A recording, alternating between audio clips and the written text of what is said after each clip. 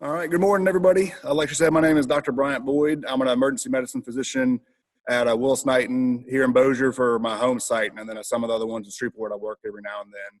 I'm the medical director for Bossier City, or co-medical director for Bossier City and Bossier City Fire, so that's kind of how I got roped into doing this. I'll kind of go over some of the bases of everything that y'all might have questions on, and then afterward, if you have more questions, I can answer some of those. So basically, we're going over what COVID is. It's a respiratory virus. It's spread. We're still thinking it's spread through the air. So if somebody coughs in the air, you can think about it. It's in the air. You then walk through that area, you could theoretically get it. So that's why we're all wearing masks, goggles, gloves, that sort of thing.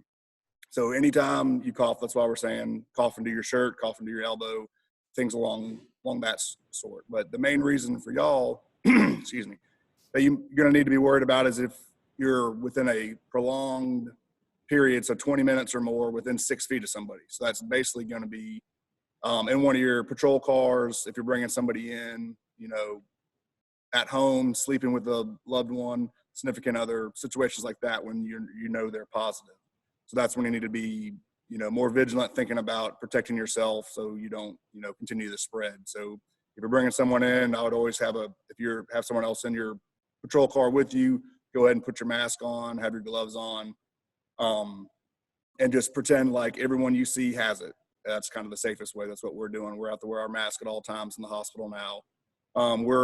We are given one mask. We have to use it for 10 days in a row before we're given a new one. So what we're doing is once you put the mask on for the very first time, the outside of that mask is now contaminated. So in my head, the outside of my mask has COVID-19 on it. So every time I put it on and take it off, I'm very careful not to touch the outside. If I do, you just wash your hands. But you put it on, leave it on as long as you can until you need to eat or drink. For us, I'm seeing patients all the day, but if y'all are, not being around other people, then you won't have to wear it as often. And then if I don't know how many masks y'all are given or any at all. If you have some, then take that mask, put it somewhere else in your car. You can hang it from your rear view mirror, things along that sort that you can then always take it and get it the next day. As long as it's not like visibly soiled. I guess if you have a patient, or not a patient, what do y'all call perps? Suspects, I don't so if you're bringing in a suspect and then you're wearing a mask the whole time and that patient was COVID positive, you find out, a little bit later, I would throw that mask away if you were in the patrol car with them for a long period of time and go ahead and get a new mask. Because if we have a positive patient with our mask that we know is positive, we then throw that mask away and are allowed to get a new one. But the main thing is, like you've heard, I'm sure, on the news, that's one thing that the news is not over-exaggerating. Most of the things you're going to see on the news, it's just going to scare you more than anything else. But washing your hands, if y'all go to a scene and there's, fire truck, anything along those lines, if you've touched a suspect or anything like that, they should have a little spigot so you can wash your hands, should have some soap. Y'all might have hand sanitizer in your cars, but nothing beats soap and water because the act of water flowing over your hands gets rid of a lot more of the virus than just the hand sanitizer. So we always recommend washing your hands, 20 seconds. You have to get in between all the web spaces, get your thumb, get under your fingernails, and that decreases it a lot better than anything else. Let's see. One thing I do, because I'm seeing patients every single day, when I get home from work, I take everything off in the garage, put it directly in the washing machine. I go straight to the shower. I don't let any of my family see me, not even like kind of in the same room. Go straight to the shower, and then start washing the clothes that I just had, and kind of repeat that every single day just to decrease the likelihood of spread. Because we're out of gowns in the hospital now, so we don't have the protective gowns anymore. So that'll be probably the same as y'all with your uniforms. If you can take your uniform off the station or shower, or just take it off in the garage unless you live alone. Because it can live in the air, the virus, for 3 hours, but apparently some surfaces it can be up to 3 days. They're saying plastic and things like that. It can sit on a surface for that long. So just always pretend like everything has COVID on it if you just want to be extra careful. So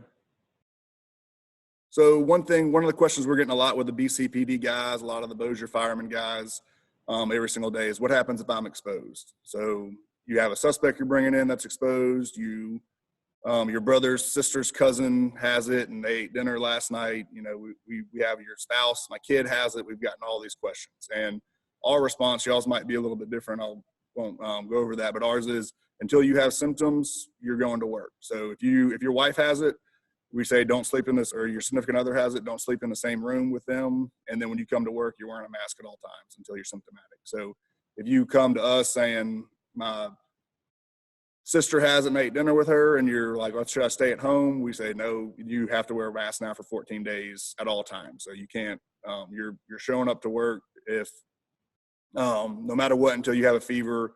I think some of the other symptoms, I could have gone over that. Fever, cough, it's kind of a dry cough, runny nose, congestion. We're having a lot of GI symptoms now. I'm seeing the only positives I've had have all been GI symptoms, which is kind of weird. So nausea, diarrhea, you know, upset stomach, vomiting, not so much.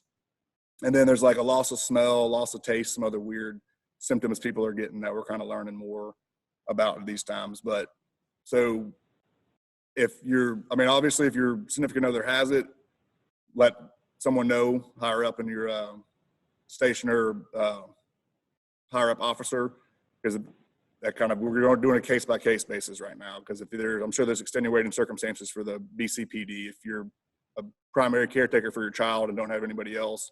So you're going to be stuck in that same room with them, you know, that we might make concessions for that. But for healthcare providers, I'm thinking in the next few weeks, every single person is going to know somebody or have a relative that's going to pop positive, I'm sure.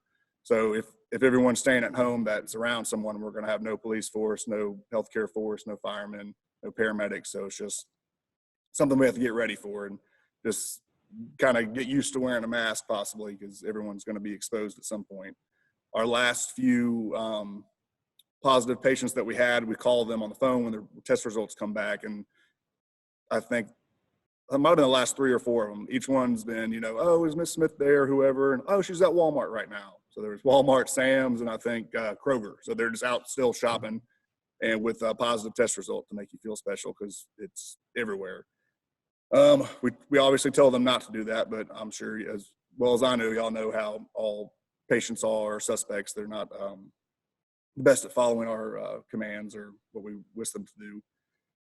For hospital status, I'm going to have a conference call here in a few hours with Willis-Knighton, so they're going over how many beds we have. So right now we're still looking good. It's the whole hospital slow. I'm normally seeing 40 patients a day, but the last 2 weeks I'm seeing 14. So people aren't coming. They're not coming in for toothaches anymore. They're kind of, at least they're listening for not going to the hospital. I think most people are just scared to show up because they're afraid they're going to get it. But all the Willis-Knightons, a few of my friends work at LSU, so it's still looking pretty good right now. Kind of everything's slow. I think the last week we were at 38% capacity, which is unheard of. The slowest Willis-Knighton Bossier at least has been for the past few years has been like 60%. So our hospitals are looking good, but obviously as this ramps up and gets worse, we're going to run out of ICU beds. That's the main thing we're worried about, is running out of ICU beds and ventilators that y'all, I'm sure, have been hearing about online. Because most of the people, if you do get it, young people or healthy people, you're not even going to know you have it. You might have a little sniffles, so you won't even know. But the people 60 to 70 or older, underlying health conditions, hypertension, diabetes, you know, people on dialysis, immunocompromised with cancer, anything like that, they're going to be at a much higher risk. So that's what kind of the people we're worried about, and that's what you hear of flattening the curve. It's people with those health conditions not getting the disease, because those are the ones that are all going to show up at once. And then when you do get intubated or on the ventilator, you normally keep them on for 10, 11 days sometimes. I think China was keeping them intubated for 10 days. Italy's 11, and so far in America, most of them have been doing about 12 days. So I think Willis-Knighton Bossier has about 20 ventilators, so those can go quick if everyone comes in at once. So we're actively trying to get more, and, you know, doing the in-services in case, worst case scenario, we'll have multiple people hooked up to one ventilator. So we're planning for it, but you can never be too prepared. I'd rather be over-prepared. We have a extra kind of Army hospital that the fire department set up for Bossier behind the hospital. If y'all ever drive back there and see that, it looks like a little medical grade tent. So we have some of those set up, but right now it's completely empty. We're just kind of waiting right now. We do have a new test as of about a week now. It's a 30-minute test at the Willis-Knighton system. LSU has a 24-hour test. Our 30-minute test, though, we only got 1,600 of them for the whole Willis-Knighton system. So I'm still in back and forth with administration to try to because right now we're only being able to test people getting intubated, it get put in the hospital. So that means people that are hypoxic, because most of the time people come in with slight symptoms. We're letting them go home and we can then do a send out test. That's about 2 to 3 days. That's our old test that's the one we can kind of order on anybody. But the rapid one, we're only able to order on nursing home patients, homeless patients, or people getting put upstairs in the hospital that are hypoxic. So I'm working right now to see if I can add first responders, police force, sheriff's officers, and firemen to that. So if y'all do get exposed or you are symptomatic, we can test you and get your results in 30 minutes. But as of now, we don't have enough. So I've been still trying for that for everyone. So if you obviously are symptomatic, call your doctor, because they can order you a test without you even going in. You can do a little drive through. They can test you, and that's the test that'll come back in 2 or 3 days. They send it off to Dallas, I believe, just to be extra safe. But obviously don't show up to work once you're symptomatic. Some of the questions I got before this started were, once someone is symptomatic and has tested positive, how long should that person be considered contagious? The old way that we were recommending was 14 days. That's why you're seeing all the 14-day quarantine. I got an email. I wish I would have remembered it. I want to say it's 24 hours fever-free and symptom-free, and I think at least 7 days since onset. So they're kind of shortening the contagious period of getting back out there. But if y'all have any specifics, I'll see if I can look up the exact recommendations from the CDC, because I didn't have time this morning, so I apologize. Some of the other questions were, have I noticed a high number of positive patients that have autoimmune diseases? And for me personally, and some of my partners, at least at Bossier, that has not been the case. For autoimmune diseases, but we've seen mostly all I've been seeing for people getting put upstairs are going to be, chronic smokers, COPD patients, so respiratory illnesses. Those are the ones that are getting hit hard that I'm seeing personally. So, but I'm hoping that most patients with autoimmune diseases are, they're used to not ever going out, or they're washing their hands and, being more careful than anyone else, versus a patient with COPD might not be that used to that. Because if you have an autoimmune disease, you can get the flu and pass away, or you can get just a common cold. So they're kind of used to it. Let's see if there's anything else. I kind of open it up to the questions if y'all have any questions right now. So no holds barred. Y'all can ask me anything. I've no dumb questions. I can't see you anyway, so it's not going to matter.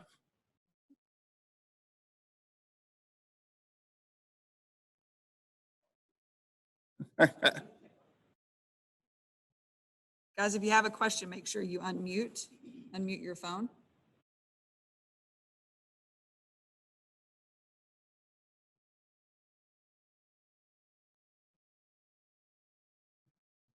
I got one other thing I guess I'll go over. A lot of people think if you're wearing gloves, you're safe. Like, you see people out in the community wearing gloves, and once your gloves touches something, you scratch your nose, that glove's contaminated. Now you're doing more harm than good. So obviously, if you're handling a suspect, 100% wear gloves. But I would take those gloves off. Once you take your gloves off, when you're kind of using your hands to take it off, your hands are now contaminated because you touched the outside of your glove. So just because you were wearing gloves, everything's still contaminated. Wash your hands after the gloves, hand sanitizer after the gloves, because it's just pretend like every single surface, again, has it. That's one of the things I guess I could have gone over earlier, along with the mask.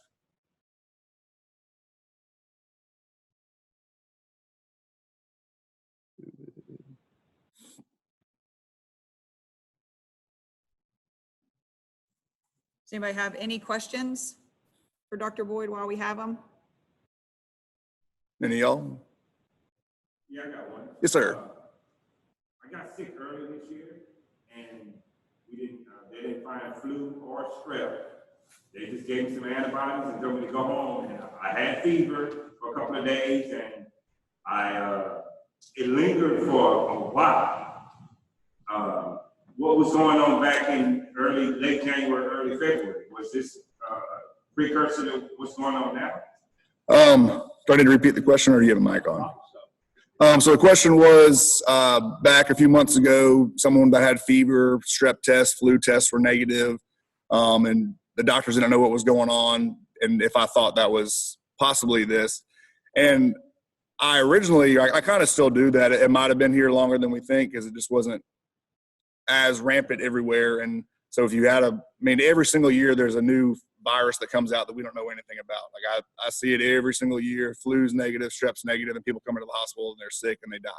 And we have no answer for it. We just call it pneumonia, and then it counts as a pneumonia death per the national guidelines. And normally it's a virus that we just don't have. We have a test for this virus, like COVID-19, so we're knowing if you actually have it or not. But every single year there's a number of viruses out there that are going to affect different people, and we just don't have a test for it, so we don't know exactly what virus it is. Now this one's a little bit more contagious, so it's lingered around, it spreads a lot easier, and it hits the more at-risk population a little bit harder, and which is why again about the ventilators, that's the main reason we're trying to slow the curve. But so yeah, I do think it could have been this. There are a number of tests that are coming out. They're going to be kind of antigen tests. So if you go right now, you get the swab up your nose. They do it like a flu test, that wonderful feeling if you've ever had it. And, that's the test if you have it right now. Now, there will be a blood test that comes out that'll let us know, see certain antigens in your blood to see if you've been exposed to it or you've had it in the past. So that would mean you're immune to it to get it in the future, or immune to that specific virus, because the COVID-19's mutated a few different times, but the one you had before, theoretically, you shouldn't be able to get again, but you could get a different strain later on. So when this new test comes out and becomes more widely available to the public, you'll be able to go to your doctor, get that blood test, and he'll say, yeah, you've been exposed. You now have antibodies to it, so you should be, safe for this strain in the future. So until that comes out, so basically to answer the question, yes, it could have been back then, but a few of my friends at different states that have had antigen tests, all their antigen tests so far have come back negative. So I haven't had anybody that's been exposed way before this, unless they have, positive COVID tests, then their antigen tests, they haven't started doing those yet. Yes, sir. How effective are Bandana? So we've been going over this a lot. It's better than nothing because there's not a filter. So theoretically small virus particles could get through a bandana. So you're seeing a lot of people on Facebook putting coffee filters in there, anything filtered just to block bigger particles. So if that's all you have, it's better than nothing. But it's still, if you keep a bandana on all day, you're breathing out into it, so it gets wet and it's moisture, and can harbor other viruses or other things as well, along with COVID, because it's not like all the other bacteria and bugs have gone away; they're all still there now as well. The virus is contained in droplets, but it's not a gas. Well, it could be like it is kind of it can live in the air, but like little tiny droplets can float. So you can, if someone coughs in the air and they have the virus, depending on their viral load, how sick they are, it's now in the air. And then within 3 hours, if you walk through that room, theoretically you could get it. Now it's very low risk, but it's possible. So that's why we're, yeah. So that's why the coughing's important, into your shirt, into your elbow, things like that, just so you're not putting it everywhere. You're putting it in one spot that you can wash off and not expose kind of as many people. Dr. Boyd, I had a question called in, and you may have answered it just a minute ago, but just to be specific and make sure that, can you get COVID twice? That's still, I've seen some case reports from China where they have gotten it twice, but I don't know, because you learn about in medicine, once you get something, you get antibodies, and then if you get exposed to that virus again or exposed to something again, your body can then fight that. So you should be immune to it, but there's different strains. So if you go to the doctor and you have flu A in October, you come back in January and your flu A pops positive again, then normally what I tell patients is it either mutated a little bit or it's a little bit different of a strain, and the flu A test just popped positive again, because the tests that we have only test for certain different things on the virus. I might test for like a cell wall. I won't get into molecular genetics and things like that, but it's not as sophisticated as you might think. It just looks for certain things on the virus. So other viruses can mimic that same virus and it'll pop positive for other things. So of what they're saying, no, you shouldn't be able to get this exact same virus twice, but it definitely, in my head, would be possible if it just mutates a little bit. But that's kind of what we're telling people right now. But because you'll see stuff on the news saying, oh, she popped positive twice. And so I guess it is theoretically, or it is possible. So just always be careful. If just because someone said I had COVID and now I'm over it, if they're symptomatic again, I would, stay away from them, treat them like a positive patient again, because even if it's the flu, you don't want the flu either. And that's kind of the case. That's one thing I can go over too. If your wife has the flu at home, you're not going to stay at home just because she has the flu because you're exposed to her. That's kind of how we're treating it. You're going to come to work. You're just going to wash your hands. You're not going to, you're not going to be around your significant other if they're sick. You're going to still go to work and, day-to-day things. So that's kind of how we're treating the exposure to COVID. Yes, sir. You said virus can live on plastic like up to 3 days. Mm-hmm. So we get somebody, a suspect, and we have plastic grips on our handgun. So it's pretty important then that we sanitize all the equipment that we have on that day. Yes. If especially if it's a positive patient, if that comes back, because hopefully if you call, the hospital will let you know. But steering wheel, your stick shift, or next to the drive shaft of the car, anything you're going to touch a lot, especially handguns, I would try to sanitize those as much as possible. But if you've washed your hands, then touched your gun, then put the gun back up, and the suspect didn't touch your gun, you should be safe. As long as he's not coughing on your gun or things like that. But I would still sanitize as much as possible. Once you put a suspect in your car, anything you touch a lot, or if you go somewhere, touch something, then get back in your car, then you're taking anything outside and putting it in your car that you're touching. Because I think copper can live for a few hours, but wood and plastic was the longest that made you feel great about the 72-hour thing. All right, Chief Miller, did you guys have a question you'd like to Chat ask? right here. There we go. Chief, did you or someone in the conference room have a question?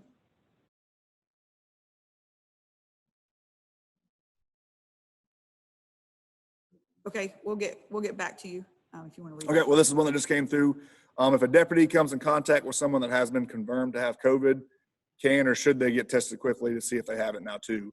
And as of right now, the answer is no. So if you are arresting someone that ends up testing positive and you did not have a mask on arresting them and they were coughing on your face, you could probably call your doctor and get one of the tests that it'll probably still take 1 to 3 days until we get more of the rapid tests. I'm hoping the company will, send us a few more thousand each week so we can start testing more people. But until you're symptomatic, I have probably not as many as I thought there was going to be, probably 5 to 10 patients a day just coming saying, hey, I'm around somebody, I want to get tested, and I have to tell them I can't test you until you're symptomatic. So if you don't have fever, shortness of breath, cough, nausea type stuff, then we're not testing you just because you were around somebody that had it. So the symptomatic is the big key. So we're still recommending, everyone work unless you become symptomatic. The next question, is there something we will get vaccinations for every year like the flu? That's still to be determined because if y'all remember in the past 10 years, there's been, bird flu, H1N1, SARS, MERS that we thought, might get kind of rampant and we might be getting vaccines for. So I'm thinking for how contagious this one is, and now that was just created, it might be something that's just like a flu test. Once we get vaccines, they're already in clinical trials in Israel and a few other places. So if I had to guess right now, my guess would be yes, we might get vaccines for this every single year, for just like the flu, which is another reason why this is so bad right now. If we went into the flu season without flu vaccines, the flu would be, in my opinion, just as bad. But we have a defense against the flu because, half the population or greater is getting flu vaccines. So we have herd immunity as a country, so it doesn't hit us all at once. So we're kind of going into battle right now without any defenses whatsoever with this new COVID thing. So if it continues to stay kind of active, I'm hoping the warmer summer weather will kind of hit here in Louisiana and start getting that nasty feeling again, and that should kill the virus a little bit faster than it is right now. So that might help. But to answer the question, yeah, I think we will be getting vaccinations. I hope not. I hope it'll go away and won't ever come back again. But with how contagious it is, I think it's definitely possible. Yes, ma'am. Move up here. Move up closer so they can hear you. Yeah, sorry. No, you're good. How accurate is the blood test. And if you do the blood test and it comes back negative, should you do a different one, the swab? Or do you think the blood test would suffice? Depends on which laboratory is doing it, because there's a blood test and then the nasal swab. The quick one. The quick one is that we have the 30-minute one. Mhm. And I think Abbott just came out with a 5-minute one. You've been hearing that. So it depends on which hospital you go to if they have access to that. So we already have all our kind of infrastructure for this company called Cepheid, and they give us these little boxes, and we put the swab in the box and put it in their big machine. But it's what's called PCR, so it does like DNA sequencing of it. So everything's still, the FDA, flash approved all these tests. Normally it would be like 2 or 3 years for all these to come out, and we'd have guaranteed numbers. So there's been no set numbers that we know yet. I know every other PCR test that we use in the hospital system is, high 90s for sensitivity, or I guess accuracy, the way to think about it. So you would say that it would be accurate? yes, it Okay. should. And you wouldn't have to follow up with the nasal?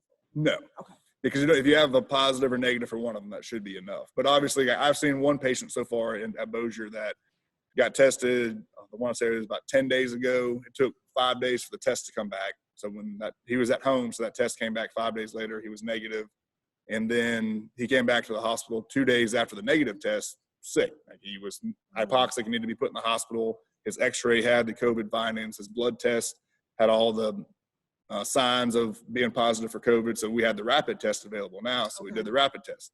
That was negative. Okay. We still treated him like he had COVID because, 9 out of the 10 boxes he checked that he had COVID minus the COVID test. So there are still some, false negatives, Okay. and there's going to be some false positives too, but they're going to be rare. It's going to be probably less than 1 or 2% is what I'm hoping. Thank you. Dr. Boyd, we had another one texted in. It says, can it be contracted through a cut? I wouldn't think so, because it's mucous membranes. So it's going to be, eyes, mouth, that sort of thing that's going to be contracted through right now. Now things could change, but if you have an open cut and someone coughs on it, theoretically you shouldn't get it. It would have to go through one of your mucous membranes. But if you have an open cut, just general sanitary, don't have anybody cough or touch it and keep it wrapped up. Just recommendations to prevent other bacterial infections. We have, but we're not, testing them yet unless they're, hypoxic and get put in the hospital again. But because all young people, it's kind of mild. The kid's probably not even going to know they have it. So, there has been some case reports of down to, 4-year-olds getting it and things like that. And you will see, somebody's going to get it, like a healthy 20-year-old gets the disease and found dead in their room. So you're going to see that, and that will happen. But that happens with the flu every year. That happens with anything. But that's going to be the rarity. But when someone dies of the flu, that's a healthy 16-year-old. The local news might pick it up in Oklahoma, but the national news is not going to pick it up. The national news is picking those cases up now, and that's what's kind of keeping going. So you're going to see that, but don't let that, that's going to be the more rare than anything else. But it's still, most everyone's going to be asymptomatic unless you have one of those comorbidities or the higher risk population. Because I imagine Governor Edwards just did that yesterday, so everyone's staying in the stay-at-home orders until April 30th. I'm assuming he's probably might do it might go week by week after that, but he might let everyone else go back to work and start slowly integrating. But the higher risk populations, he might, keep quarantine a little bit longer. If I had to guess what he's going to do, but that's kind of my thought process. Another question: someone is exposed, what time frame from a test to show positive, even if you're not showing symptoms? So if you're not showing symptoms, most people aren't going to test you at all. So to even get a test right now, because they're so short, you have to be showing symptoms. But in my thought, or my opinion, if we tested the entirety of America right now, the numbers would be astronomical, because there'd be so many asymptomatic carriers. One of us might have it in the room right now and just have no idea about it. So then the death rate would go to 0.01%, and it'd be the same as the flu at that time. But we just don't have enough tests. So that's why the FDA, approved all these tests way faster than they should have, so we can get more testing done. But there's the bottleneck of the manufacturers manufacturing the test. and the little media. Because once we do the test on you, we have to put it in a special liquid or media and then send that to the lab. And we're out of the media right now. I think, we're running short of that. So we're going through different channels to try to create our own and make different things. So until we get more access to tests, it's just going to be people that are going to be symptomatic. How are you going to know the virus has been contained and we're no longer at risk? That's everybody's question. I don't really have an answer to that one. That's going to be the CDC, and just like some of the other viruses, I don't think it'll ever 100% be contained. It'll always be kind of going around person to person, but in smaller cohorts. And then we'll start building up what you might hear on the news, a herd immunity. So once greater than 70 or 60% of all Americans or the whole world's been exposed to it, we'll have antibodies. And then theoretically, that's when the virus is contained, because it's not going to affect large populations anymore, because it's already been seen and our bodies are kind of fighting it. But that's why then viruses mutate and turn into different things. And, the flu virus mutates every year. So when you get the flu vaccine, the manufacturers try to predict what the flu vaccine is going to, or what the flu virus is going to mutate to the next year. So they're already making the flu vaccine for, this coming up winter season for 2020 and 2021. So sometimes they guess right. And, like this year, the flu wasn't that bad. We didn't have that many cases. But a few years ago, it might have been 16 or 17. They guessed wrong. And it probably only, prevented 15 or 20% of flu cases, because it mutated differently than they predicted. And the flu season was horrible. So this is going to be the same thing. It might mutate. But hopefully once more people get exposed and we build the immunity, that it won't be this bad of a deal if it does come back next, flu season, because this will just be something just like the flu, strep, RSV, different viruses that all come out during the virus season. So like December through March is the hotbed of some of those. You have another one? I do. Dr. Boyd, you'll see, you hear and you see all these people talking about, why are we going to these lengths for COVID when flu seems to affect more people? You hear that, right? Oh yeah. In your opinion, what makes this so severe compared to the flu? Why are we reacting the way that we are to this, knowing what we know about numbers? Yep. So yeah, that's a question I get a lot. And basically, I went over it a little bit, is we don't have any defense against this. So the flu, hopefully everyone's getting their flu shot, but there's a lot of people that, are adamant against it. But this, so the entire nation has no immunity to this. So if it hits everybody all at once, 95, 98% of the people are going to be fine. They might not even know they have it, but that 1% of the entire nation, so still millions of people that have the comorbidities, hypertension, they're on dialysis, they're immunocompromised, they have autoimmune diseases. If they all get it at once, so all those people get it within a 2-week period, they're going to be the ones that need to be intubated on the ventilators. And then we just don't have enough spots in the hospital for those people. So we're trying to, people are still going to get sick, but we're trying to spread that out over, a 3-month period. So we have the availability of medical equipment to take everyone in. Because that's why if you hear case reports coming out of Italy and even New York right now, it's their entire population got hit all at once. All the ventilators got used up in Italy. They didn't know how bad it was, and then they just ran out of equipment, and they had to start rationing equipment. So if you were exposed, or not exposed, but if you were symptomatic and 90-year-old patient on chemotherapy and dialysis, and you needed a ventilator, you weren't going to get one. They were going to give it to a 40-year-old that happened to have hypertension that needed it. So that's why you're hearing all these bad stories. And then you think about it in America, that ever happening, like not being able to give your dad a ventilator just because he was too old and it wasn't worth that ventilator to give it to a younger person that might have a longer life expectancy. So hopefully it doesn't get there, but you're hearing some of that in New York but I'm hoping here in Bossier, I live in Benton, we're still so spread out. Our, population, I'm trying to think of the word. We're not like New York. We don't have our population density is not like a New York is, where it's, and doing the stay-at-home order should slow the spread enough that I'm hoping it won't hit us near as hard. But obviously I'm still pretending like it's going to, and we're preparing and getting everything ready. But that's why we don't have the exposure to this yet, which is why it's hitting us harder than the flu is. But hopefully next year, once, you know, a lot of us have been exposed and we have a vaccine, when this does come around next year, then we will be more protected, and we won't have to do any stay-at-home orders again anymore. Any other questions, guys? Or gals, feel free to unmute and ask.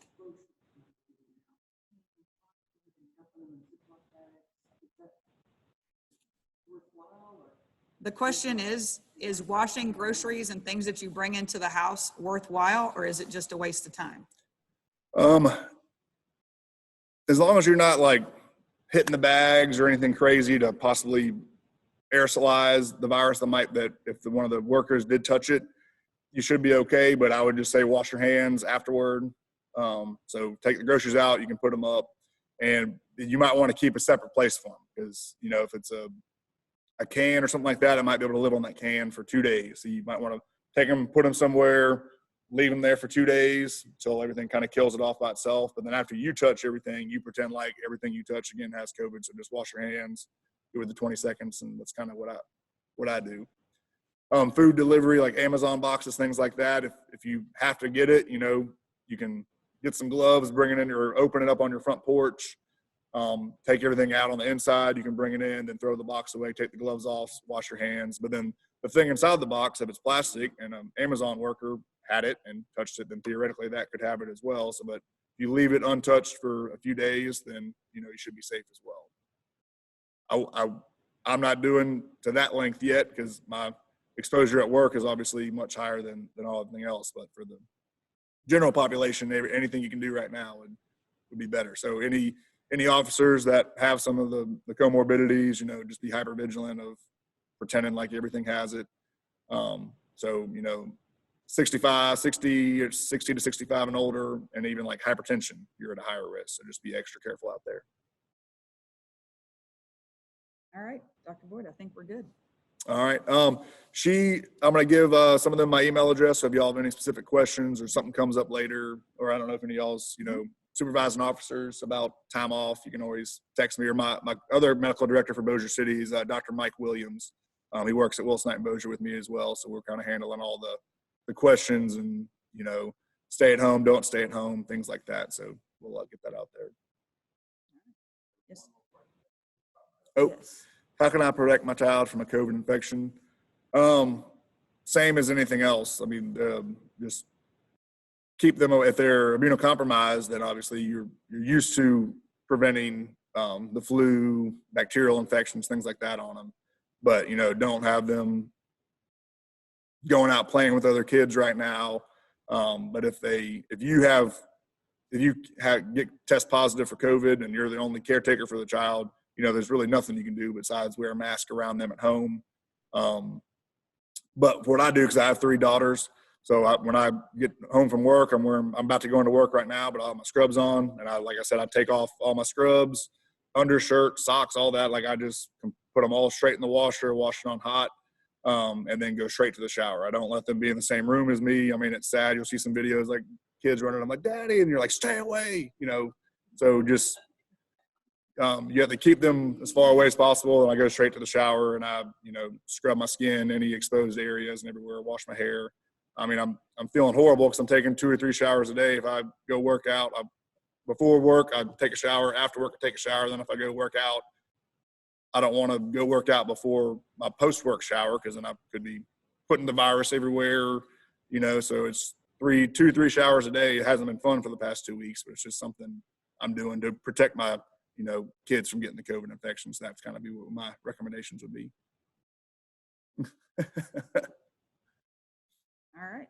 All right. Well, thank y'all. Have a good day. And if you need anything, just let us know.